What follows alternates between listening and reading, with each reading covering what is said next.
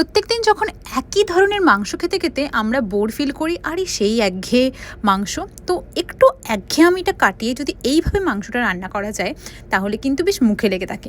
প্রথমে মাংসটাকে ধুয়ে দই এবং লেবুর রস দিয়েছিলাম অনেকটা করে, তাতে এবারে জিরে গুঁড়ো, ধনে গুঁড়ো, আদা রসুনের পেস্ট এবং কেওড়া জল ও গোলাপ জল, এবং সাথে দিয়েছিলাম একটু টেস্টের জন্য মিঠা আতর। হ্যাঁ, এটা দিলে একটুখানি ফ্লেভারটা একটু মোগলাই মোগলাই হয়, তো খেতেও ভালো লাগবে। আমি রান্নাটা পুরো 1 চামচ ঘিয়ের মধ্যে করার চেষ্টা করেছি এবং তা ফোড়ন হিসেবে দিয়েছি একটু এলাচ। তো এর ফলে গন্ধটা খুব ভালো থাকে। তোমরা দেখতেই পাচ্ছ প্রায় কড়াইয়ে তেল নেই বললেই চলে, জাস্ট আলুগুলোকে একটু লাল লাল করে ভেজে নিয়েছিলাম। এই পেঁয়াজটা ভাজা হয়ে গেলে ঠিক করে তাতে দিয়ে দিয়েছিলাম ওই ম্যারিনেট করা মাংসটা এবং কষিয়েছিলাম। আমি আলাদা করে কোনো জল দিইনি, দেখতে পাচ্ছ মোটামুটি 15-20 মিনিটের মধ্যেই মাংস সেদ্ধ হয়েছে, এবং আলাদা করে ফ্লেভারের জন্য জাস্ট মেথি দিয়েছিলাম। ব্যাস রেডি। ভালো লাগলে অবশ্যই লাইক করে শেয়ার